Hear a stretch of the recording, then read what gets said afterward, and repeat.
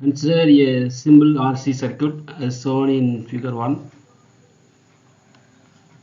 Here resistance or capacitance both are in series with the switch open. இங்கே வந்து EMF source இருக்கு. Process 1 எடுத்திருக்காங்க. In the circuit the switch S is closed at t equal to 0 and the capacitor is fully charged to voltage V0. That is charging continues for time t, which is very greater than RC. The process some dissipation in ED கொடுத்திருக்காங்க across the resistance R. The amount of energy finally stored in the fully charged capacitor is EC கொடுத்திருக்காங்க. And process 2 in a different process the voltage is first set to V0 by 3 and maintained for a charging time t is very greater than RC. Then the voltage is set to V0 by 3 without discharging the capacitor and again maintained for a time t is very greater than RC. Was repeated one more time by raising the voltage to V0. இதெல்லாம் வந்து இந்த கிராஃப்ல கொடுத்திருக்காங்க. இந்த கிராஃப்ல ப்ரெஷர்ஸ்ல. And the capacity charged to same final voltage V0 as in process 1. இந்த ரெண்டு ப்ராசஸ்ல வந்து depicted in figure 2 இதான் இங்க கொடுத்திருக்கிறது. figure 2 figure 1. process 2ல வந்து total energy distributed across the resistance என்ன இருக்குன்னு கேட்டிருக்காங்க. அது வந்து இந்த ஆப்ஷன்ல எது கரெக்டா இருக்குன்னு பார்க்கலாம்.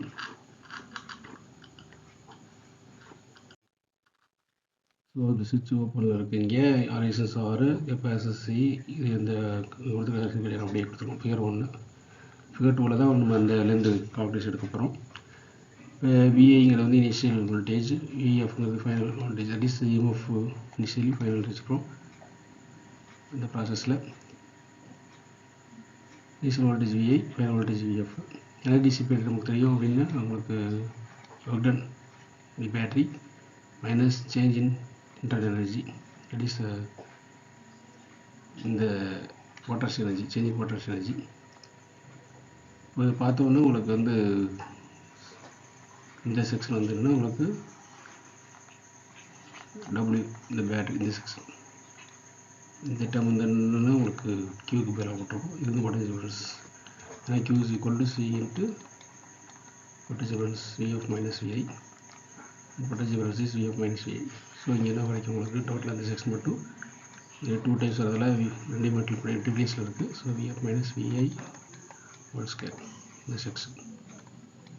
இங்கே மைனஸ் 1/2 இது change in that is change in energy stored energy 1/2 C VF minus VI whole square 1/2 C VF minus VI square. So one time இது minus 1/2 time. So 1 minus 1/2 CF minus CI. This is C into VF minus VI whole square.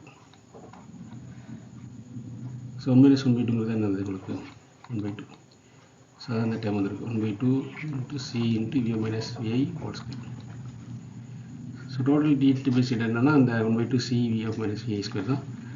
So ஒவ்வொரு ஸ்டேஜை நம்ம பார்க்குறோம். இந்த section வந்து VF, இது வந்து VI.